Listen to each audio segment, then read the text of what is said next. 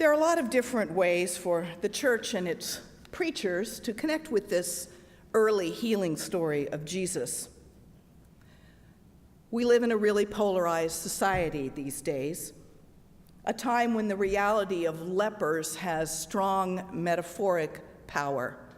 People that we other, people that we see as not the same as us, people whose connection with us feels threatening or dirty or terrifying in some way. People that we would rather set aside and keep at the margins of our lives or our society or our churches. This summer, I was invited to teach Bible study for 6 straight days and 2 hours every day at a historic mission conference in, I would laugh too, Karen. I've never taught Bible study for 2 straight hours in my life. It's a historic mission conference in New Wilmington, Pennsylvania. And the theme was welcoming the stranger, so I was invited along with the staff person for Presbyterian Disaster Assistance who helps us with the refugee and asylum work to teach on these topics. And I decided this would be a really good text to talk about those others, immigrants, illegal aliens, as sometimes they're called, people who are other who come to our shores and to other shores seeking welcome and inclusion.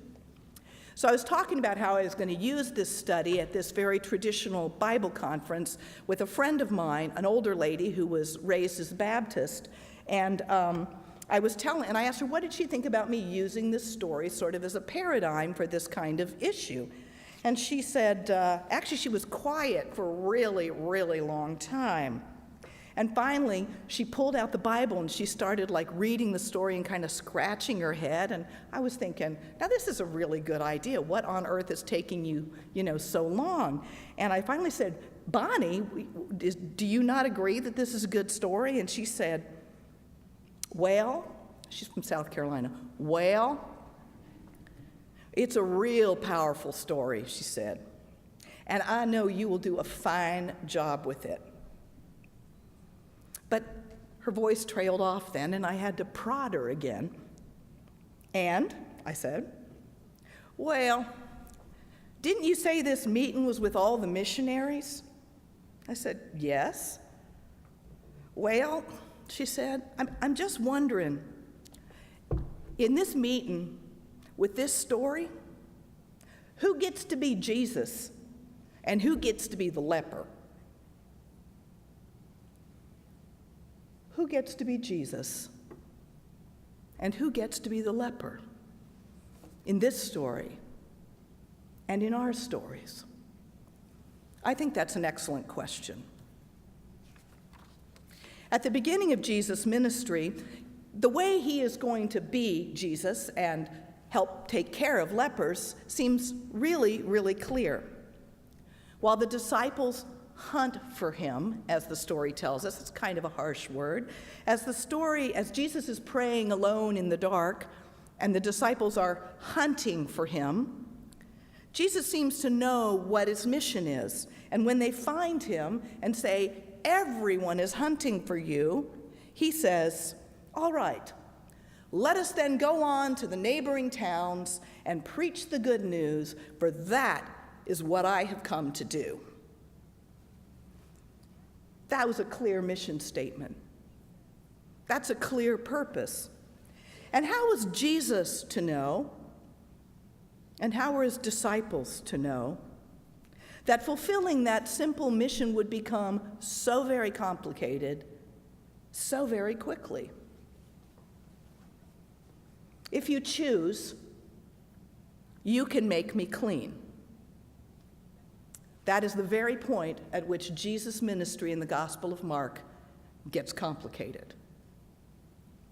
The man who makes this kind of oddly framed request, demand, this man is a leper. Now, in the Bible, it doesn't get much worse than being a leper. To speak of this disease is not merely to speak of physical illness, but also to speak of the potent reality of social contagion. As it was understood, as it was not understood whatsoever at all, judgment was the reason for leprosy. And leprosy was seen as a judgment from God that was visible to humanity. It was dangerous. It necessitated separation of the person who was judged or afflicted. Separation was a way of acknowledging publicly what almost everyone in that culture, and really up until a few years ago in our cultures, felt privately. That feeling of trust and safety we have when we're with people we know are not infected, not sick, not different, not other. The knowing that even sometimes if we feel regret about it, that others will have to remain a little further outside if we're going to maintain what we already have, the safety that we have. If we're going to go out and do what we are called to do, as Jesus says in this story, there are some others, some lepers, some others, who will have to stay outside, or else we will have to change. If you choose, says the leper, you can make me clean.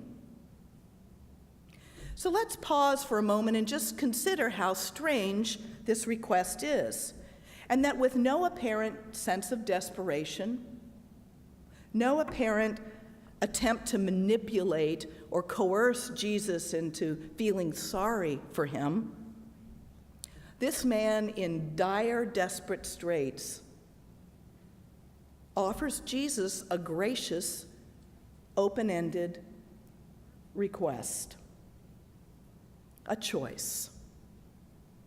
Heal me, don't heal me. It's entirely up to you. If you choose, you can make me clean. As Karen said this morning to the children, choices have consequences for us and for others. And sometimes the consequences of making choices give us gut-wrenching senses of responsibility. Actually, the Greek word usually translated pity, or sometimes translated compassion, or sometimes rarely translated anger in this text, Jesus, moved with pity, moved with compassion, said, I do choose. This word that is translated in these different ways in this text is a very, very strange word that really reveals that for Jesus, this was not just an obvious choice to always heal, although I think that's how we should teach it to the children. This is a choice that has gut-wrenching potential for him. The translation of this next bit, in fact, is so complicated that it is translated very differently from Bible to Bible. Some translations say pity, compassion, others anger. But if we were to get to the deeper sense of the translation of this word, you might have to say the line this way. Jesus moved with pity, compassion, rage, wrenching, gut-twisting, deep feeling, stretched out his hand and touched him and said, I do choose, be clean. The word is splanchnizomai, and it's a very rare word in the Gospels. And it doesn't mean any of those one things alone. It's not just anger, it's not just pity, it's not just compassion. It's kind of a compulsion rooted in our deepest emotions. It's a compulsion to choose that urges us toward movement, toward transformation, not just of what is out there, but of what is in here. What moves you that deeply? What breaks your heart? What matters enough to this congregation and to our Presbyterian Church to make us stop in the midst of all of the good missional things that we are already doing and have been doing for a long time, and respond willingly to a different kind of request, to a different way of being involved, to say, I do choose, because really we can't help ourselves. In San Antonio, Texas, in Tucson, Arizona, in Brownsville and McAllen and Los Angeles, and all of those border places that are so besieged in these days with people crossing from Central America. It was congregations just like Pine Shores who kept seeing bewildered families sitting on a bench outside the bus station, huddled with almost no possessions, because they were dumped there by the immigration detention staff where they had been held, sometimes for up to a year. And it was churches who saw people like that sitting on a park bench, standing in a Walmart parking lot, trying to make sense in a language not their own of what the judge was asking them to say in order for them to be able to make their case for asylum. It was people like that who church people like us saw and felt that feeling of gut-wrenching compassion and anger at a system that couldn't help, and desire to change and be changed, who did say, I do choose. For most of those congregations, it started with backpacks. Hey, these people are sitting at the bus station. Let's fill some backpacks with toys and clean clothes for the kids.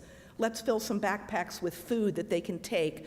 Let's help them to get on the bus so they can go to wherever they're going to wait out their term as they work their way through the asylum system.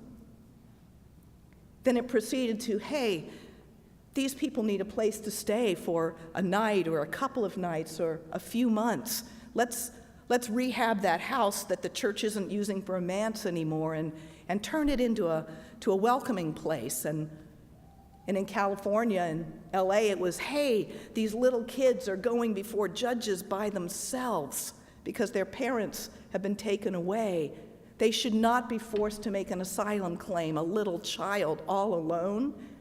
We should just show up and let the judge know, let the courts understand that there are people of faith who are watching and waiting and walking alongside these children and families.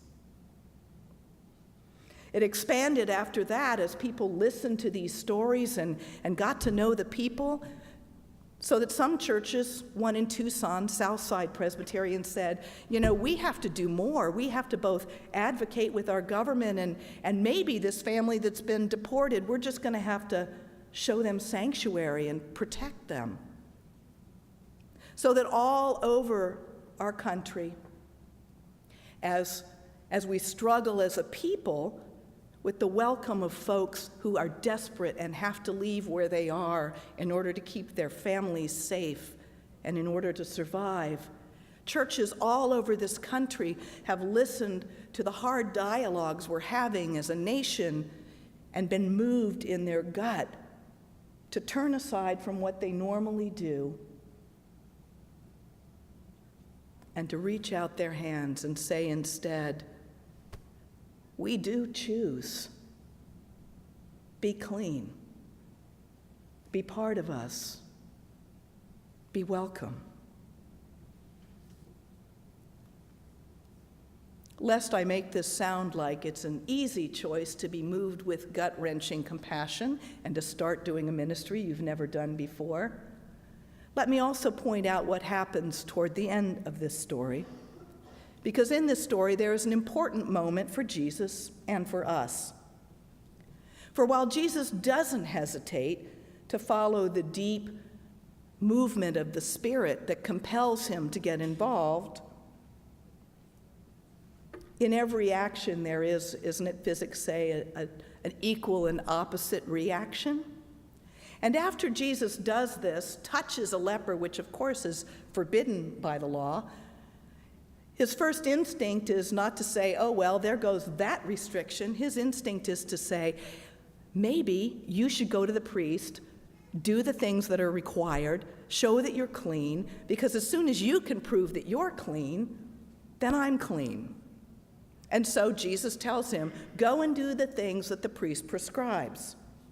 Because unless he does that, unless the authorities say, yes, this is the right thing to do, and now everyone is clean, then not only does the leper remain unclean ritually, but Jesus himself is unclean. He had begun his work in a particular community, and there's nothing in the Gospel of Mark to suggest that he intended to start a different kind of religion or a different movement. And yet here he is, barely out of the starting gate in Galilee, and already his stated mission purpose, remember what it was? Let us go to all the neighboring towns and villages and preach good news. Already, because of his choice, he can no longer do this. Maybe it would be more accurate to say because of his choice and because of the former leper's choice.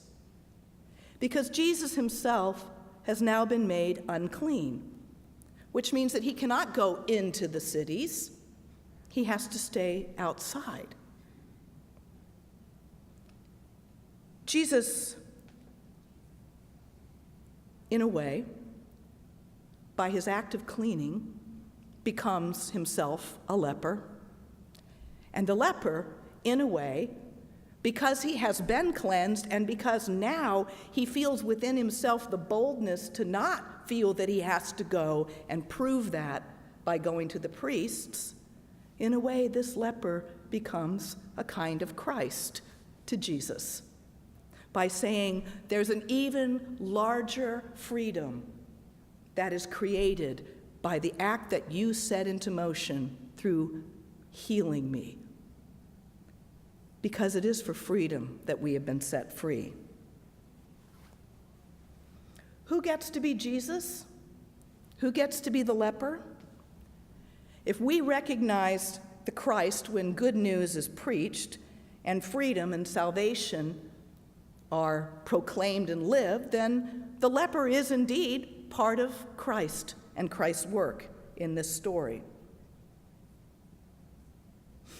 About 2 years ago, PDA was asked to follow the story of a church in Chevy Chase Presbyterian in Maryland, who had been following a Syrian refugee family. They had welcomed them into the U.S. back when Syrians were allowed to come into the U.S., and they were resettling them through the legal resettlement process in this country. And in this resettlement process, they thought that since Presbyterian Disaster Assistance does documentaries about congregational work, we would like to follow that story, and so we did. But we got more than we bargained for in that story, because when we went to interview that family who had fled from, I think, Qamishli, Syria, had lived for 2.5 years in a refugee camp in Jordan, and then finally had to leave their parents and grandparents and move to the States, to Chevy Chase, Maryland, we found out a very strange thing about how that church had decided to choose to get involved with this family. It turns out that about 30 years ago, 40 years ago actually, Chevy Chase, Maryland was watching the end of the Vietnam War and the boat people whose desperation was seen to, most of us in this room are old enough to remember that. And Chevy Chase, Maryland, 40 years ago said, we need to do something. And they received a family, a not Christian family, a family with 6 kids who they brought to Maryland and resettled, as we resettled many, many thousands of boat people after the war. One of those children in the family eventually was helped to go to college by the church, and one of those children decided to convert to Christianity and became a Presbyterian, and as it often happens, became an elder and was asked to chair a committee.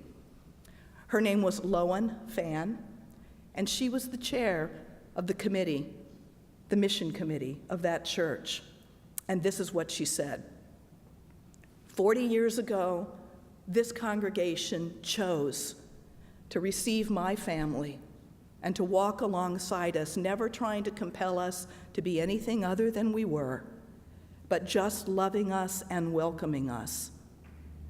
And so we lived and came to become a part of this community. And so I chose to become a real part of this community. And now, in memory of my father and in honoring this church's choice, I have myself no choice except to be moved by love and to help this church continue to live out that welcome. And that is why this Syrian family is with us, and that is why this church will continue to walk in this way. What have we come to do? And who will be Christ to us and the leper before us? And how will we answer when we are invited? Amen. Let us rise now in